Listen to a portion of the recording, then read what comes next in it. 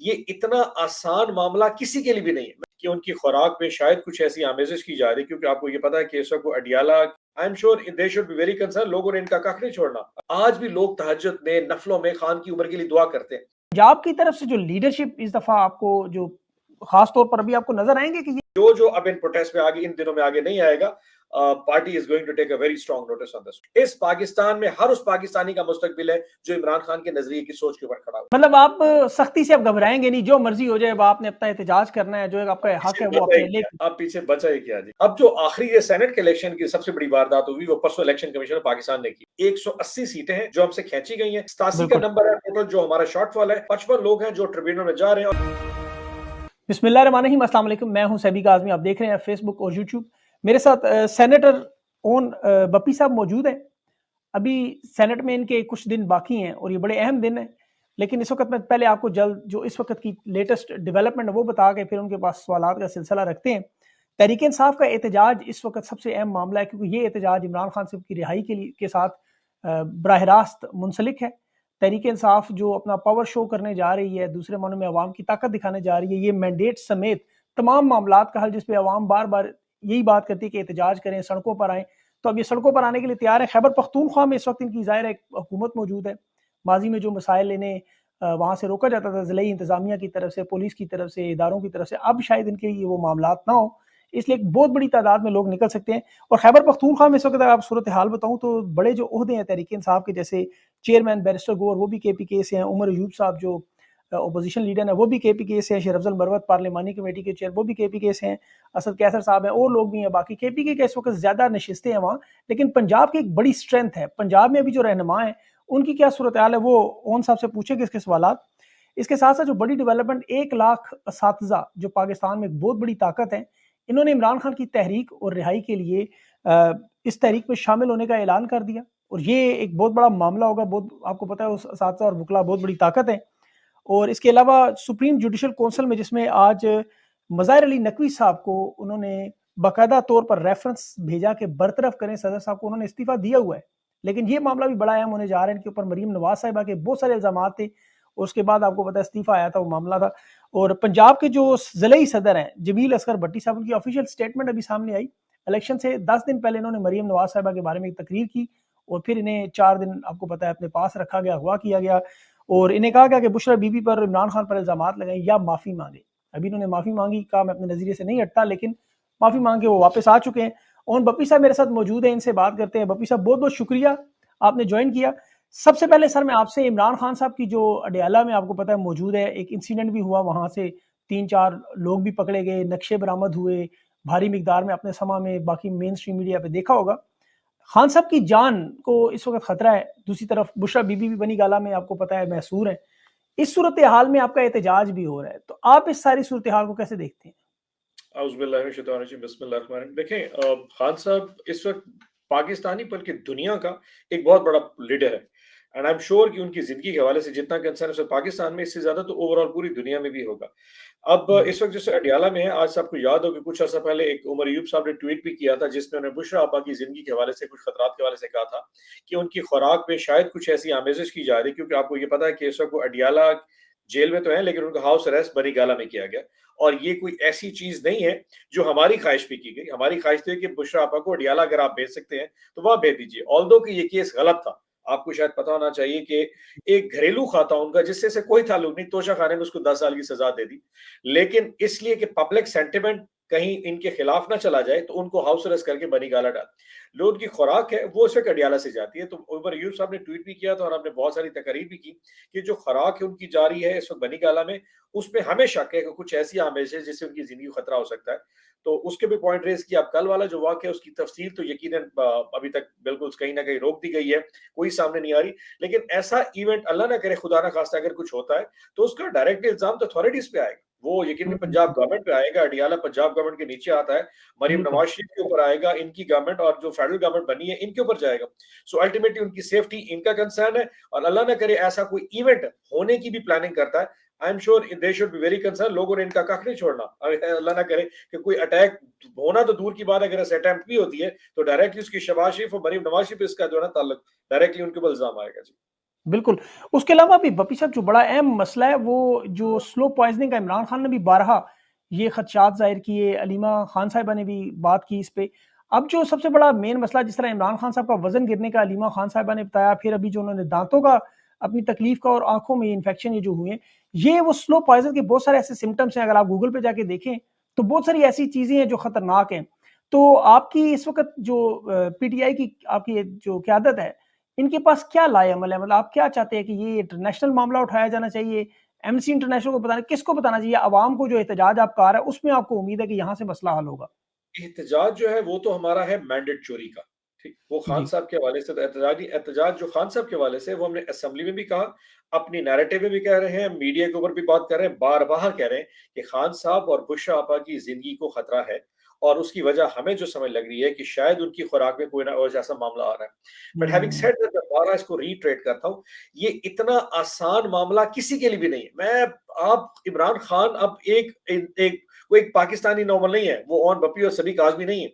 वो एक बिल्कुल, इंटरनेशनल लेवल का एक लीडर है, तो इस तरह की कोई शरारत किसी के भी गले पड़ सकती है, तो आई एम श्योर कि जो लोग उनके मुखालिफ हैं बड़े, आई एम श्योर उनके ज़हन में भी होगा ऐसी कोई चीज़ रेड लाइन कोई क्रॉस नहीं करेगा। जहाँ तक हमारा जो प्रोटेस्ट है, वो तो मैंडेट चोरी का है, यानी कि पाकिस्तान में 80% लोगों ने इमरान खान को वोट दिया और बाकी 40-50% उठा के उन्होंने डाल के इन चोरों को दे दिया है और उसके बाद हम पे ऊपर नाफिज कर दिया इम्पोज्ड गवर्नमेंट।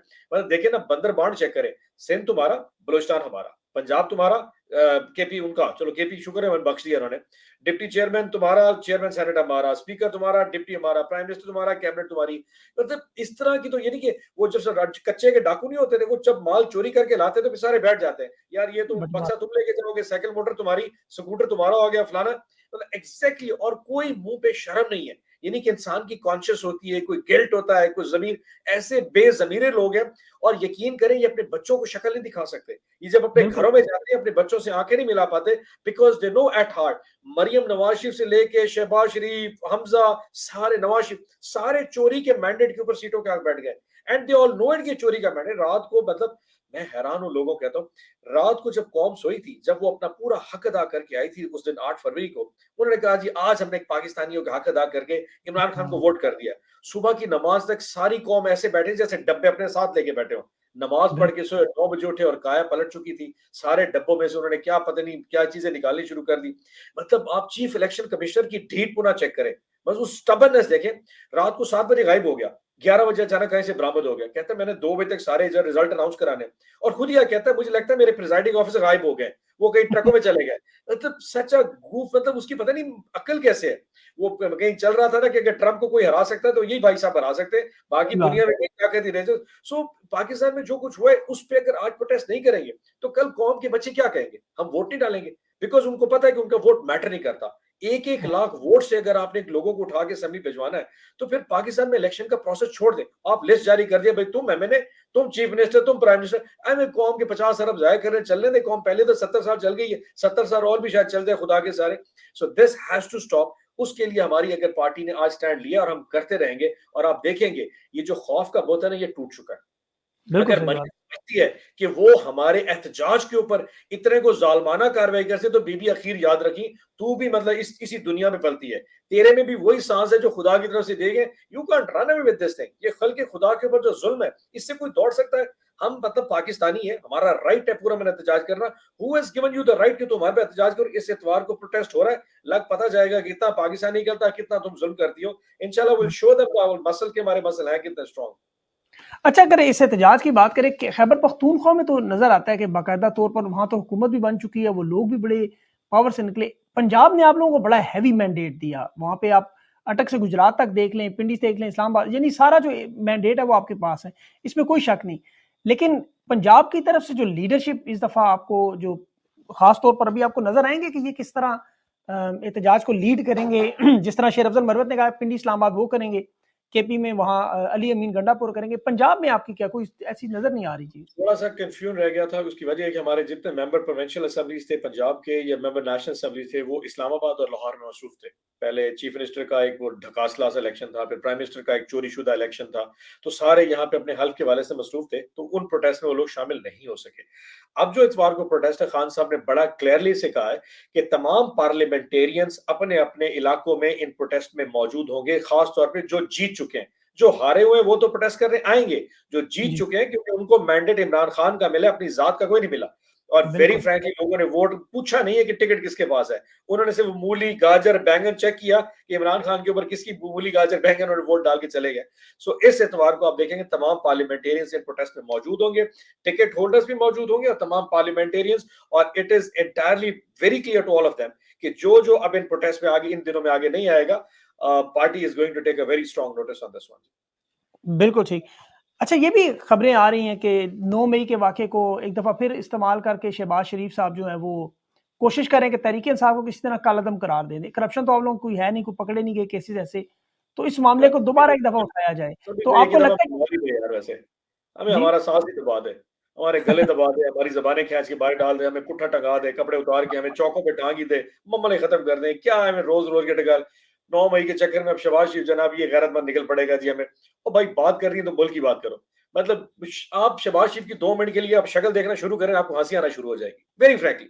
मतलब कोई इंसान होता है यार, कोई इंसान में कोई थोड़ी काबिलियत होती है, कोई कैरेक्टर होता है, मतलब कुछ भी नहीं यार इनमें। अब उसको उठ के अचानक याद आ गया कि जी इनको मारने का तरीका हो गया, जी मैं इसको फॉलो करूंगा और इनको जनाब वो अंजाम तक पहुंचा के आऊंगा।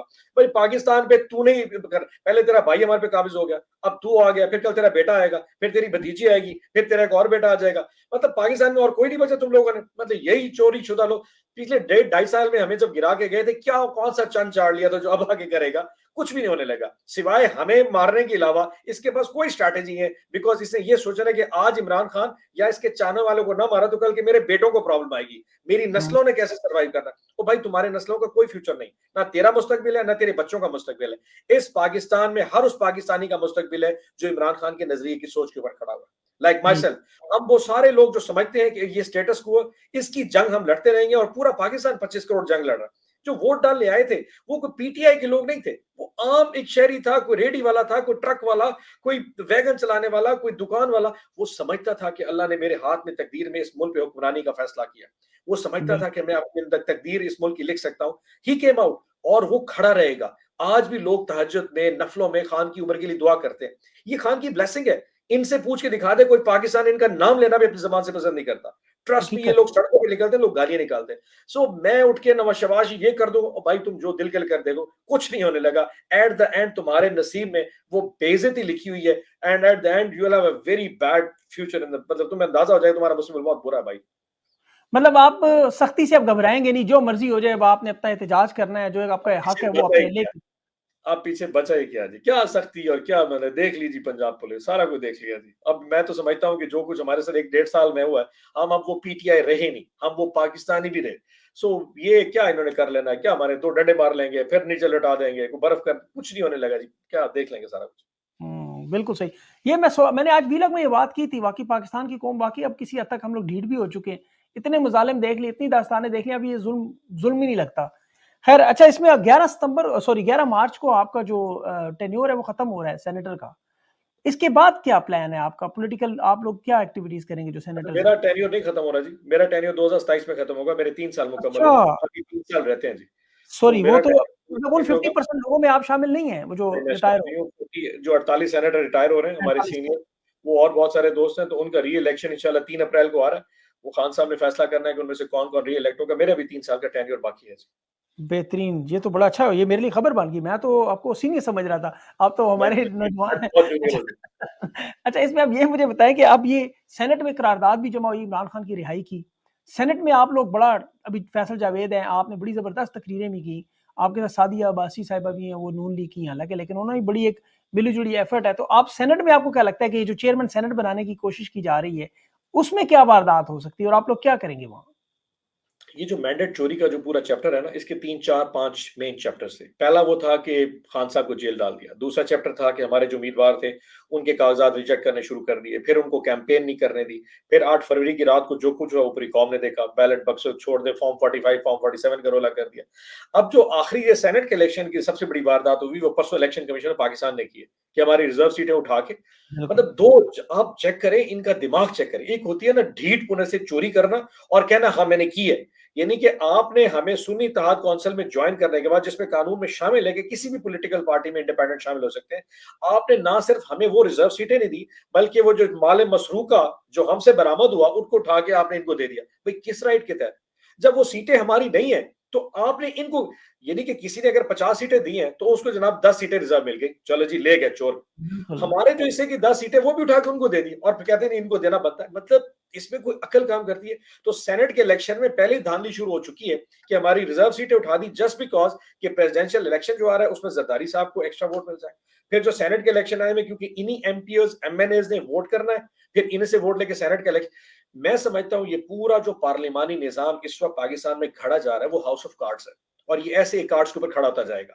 और अल्लाह ने एक दिन ऐसी एक छोटी सी गलती होनी है और ये सारा धड़म आके गिरेगा और सबसे बिल्कुल। बड़ा जो वजन है वो जाके गिरेगा इस वक्त पाकिस्तान की अदलिया के ऊपर। मतलब मैं देख रहा हूँ कि भुट्टो के केस के हवाले से इतनी ज्यादा प्रोएक्टिव अप्रोच आप बना के बैठे हुए हैं कि जनाब 40 साल पहले भुट्टो साहब की फेयर ज्यादती हो गई, आपने अच्छा किया, बहुत अच्छी बात है जी। फैजाबाद के धरने के वाले से बात ही थी 5 साल पहले, 6 साल पहले हुआ था, उसके आपने किरदारों को खराब, परफेक्टली फाइन। भाई जो आपके सामने इस वक्त हो रहा है इसमें भी एक्शन ले लेना। क्या इसका फिर अगले 40 साल बाद किसी ने एक्शन लेना है कि जी 40 साल पहले उस वक्त जनाब इमरान खान साथ ज्यादती हुई थी, अब इसके ऊपर कर दे। एक चीज आपके सामने हो रही, उसका भी 100 मोटे ले लें। आपने हमारा बिल्कुल। बल्ला खींच के रख दिया, आपने एक फैसला किया जिससे आपने हमारी कमर ही तोड़ के रख दी, फेयर ना। फिर आपके सामने पाकिस्तान में 8 फरवरी को जो हुआ, एवरीबडी नोज और हमारी अदलिया को पता है, कोई एक्शन नहीं ले रहा।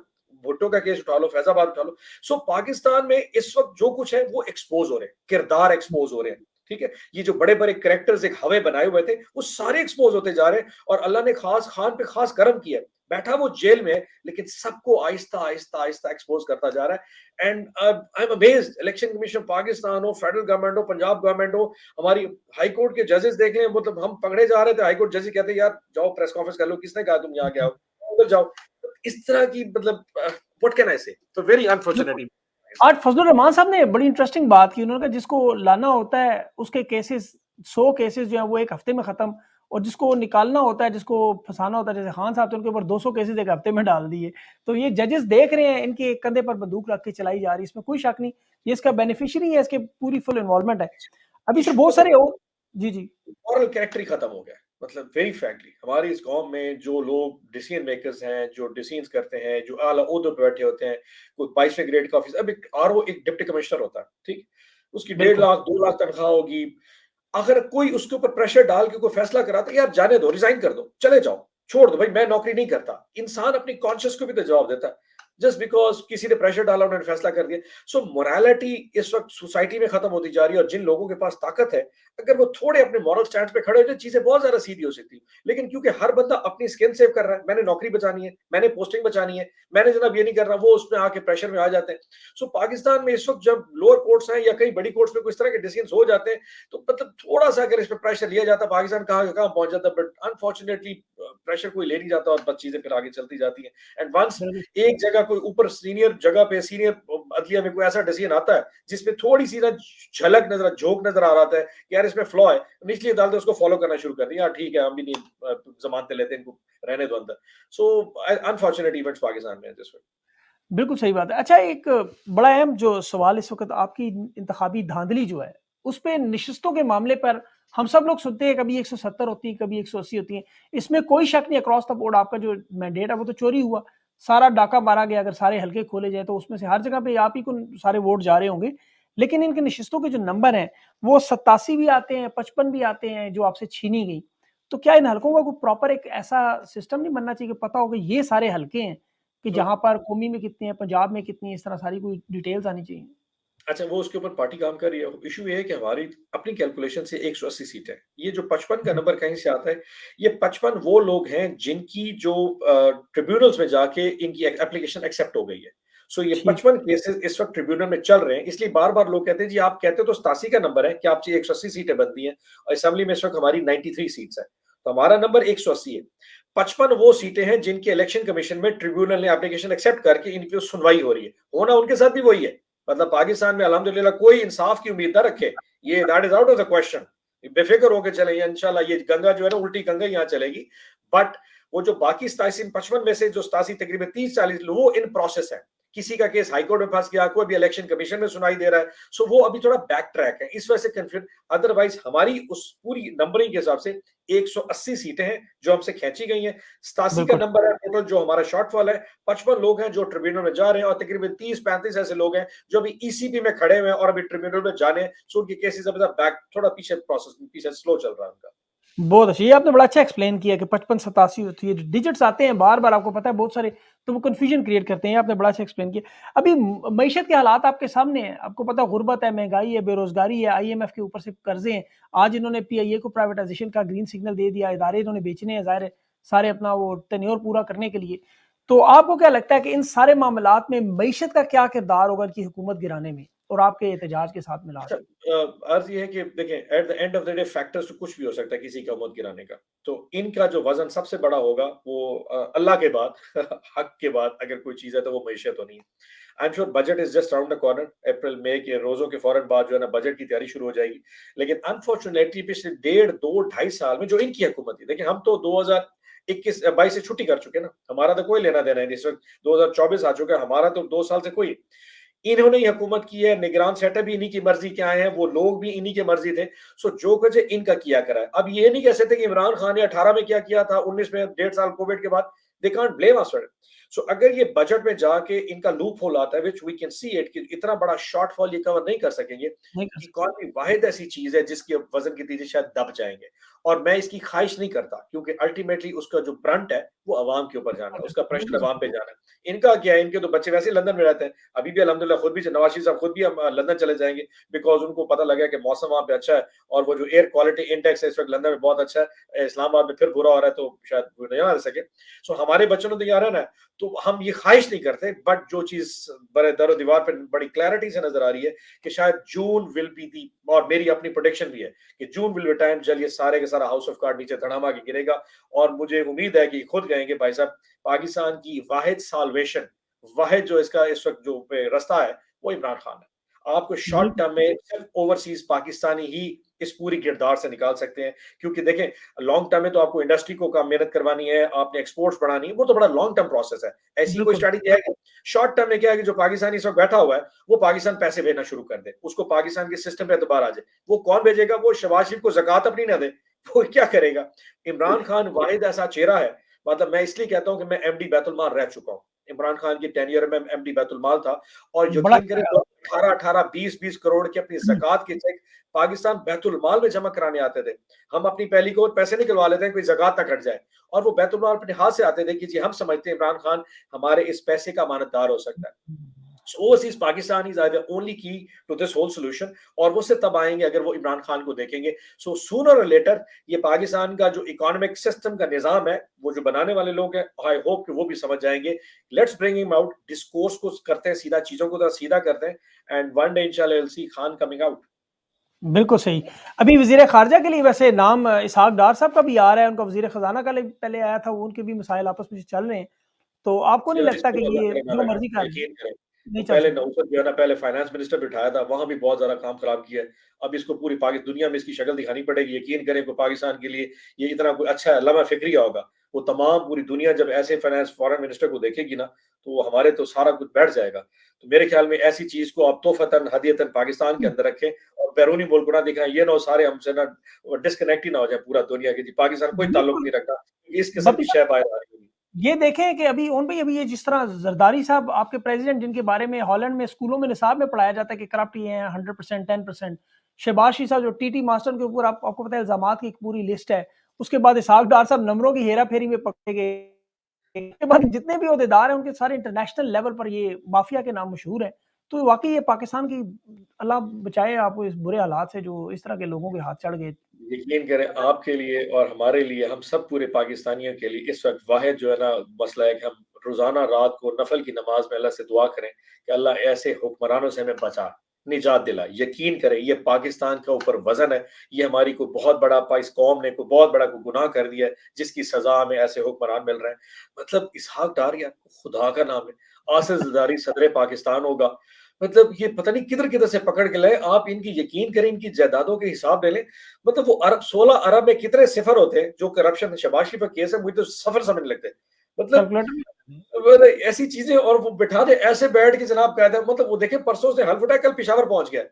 भई मरियम की तरफ चला जा, पाकिस्तान का आधा इधर पड़ा है, इधर भी बहुत सारे हालात हैं। नहीं वो क्योंकि इमरान खान का वोट है, वहाँ जाके बेचारी वो बुर्के वाली खवातीन बिठा दी कि सैलाब मुतासिरीन को क्या वो कौन-सा सैलाब? वो 6 महीने पहले 8 महीने सैलाब आया था, वो चेक बाँटने चला गया। ड्रामे करने की आदत है ना, मतलब इफ्तिखार ठाकुर को इससे बेहतर ड्रामा करना आता होगा। पता नहीं सही बात है। वो वाक़ई उन्होंने जिस तरह वो ग ग 2-2 20-20 किलो के आटे के बैग रख के लोगों को गलियों में जिस तरह रोक के उनकी तस्वीरें तमाश बना में रहे भी हैं, जगह और शर्म वो भी नहीं आती। बीबियाँ परेशान थी, मतलब वो पर्दादार खवातीन थी।